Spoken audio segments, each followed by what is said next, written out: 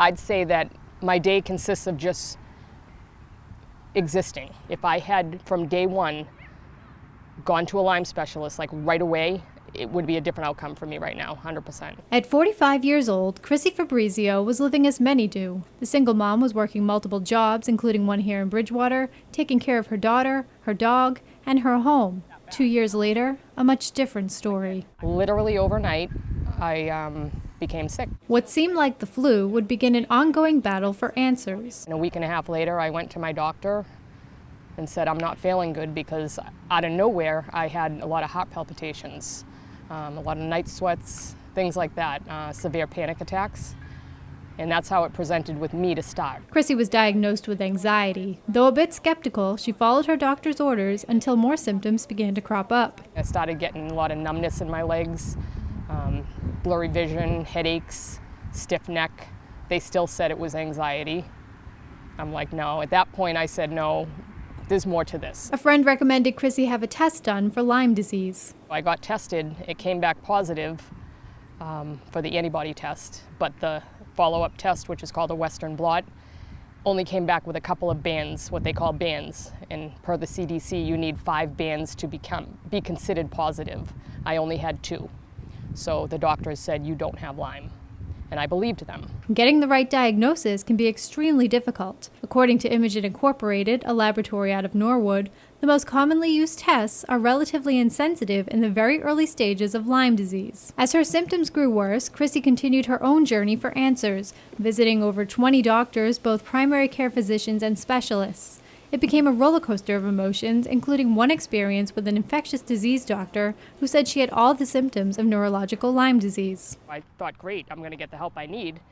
She said, let me do some tests. And I said, well, I can tell you right now, I've had 5 tests done. It's going to come back positive, but that Western blot, which is not really reliable, it's probably not going to come back positive. She said, well, let's figure it out. Went back there 4 days later. She said, good news, you don't have Lyme. And I said, what do you mean? She said, well, you have Lyme. She's like, you got Lyme because you have a positive test, but that's not what's causing your symptoms. What did she think it was? She couldn't tell me. I finally saw a Lyme specialist that said you 190% have Lyme. They did their own testing. The CDC has said one of their goals is to improve diagnostic tests. Easier said than done, as there is little money for Lyme disease research. The thing is with Lyme is the longer you go with it, it's harder to treat. Doctors will say no matter how long you've had it, it's 30 days of doxycycline and you're fine, which is not true. It's just not. Now 47, Chrissy is diagnosed with Lyme disease and Babesia, a co-infection of Lyme. Based upon guidelines set by the CDC and Infectious Disease Society of America, Lyme disease is covered by insurance for 30 days, as long as all tests come back positive. Getting treatment is difficult because insurance companies do not cover treatment because of that negative Western blot test. So even though I know I'm positive and all the Lyme specialists know I'm positive, when you go to a Lyme specialist, they're not covered by insurance. It can cost her $700 plus a month for medication alone.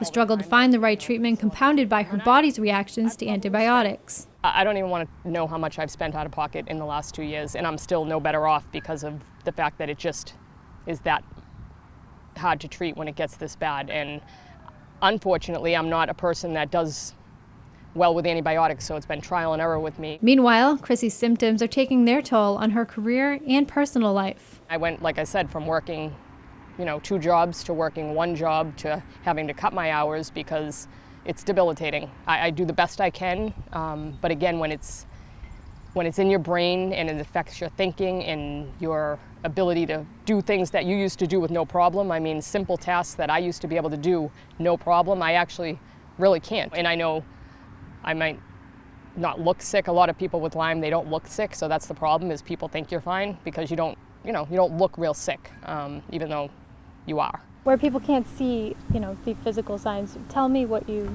kind of feel on a daily basis. Hard to get up in the morning because you feel paralyzed. You feel like you can't move out of bed, not because you're lazy, but because your body's literally physically numb, and you don't sleep at night.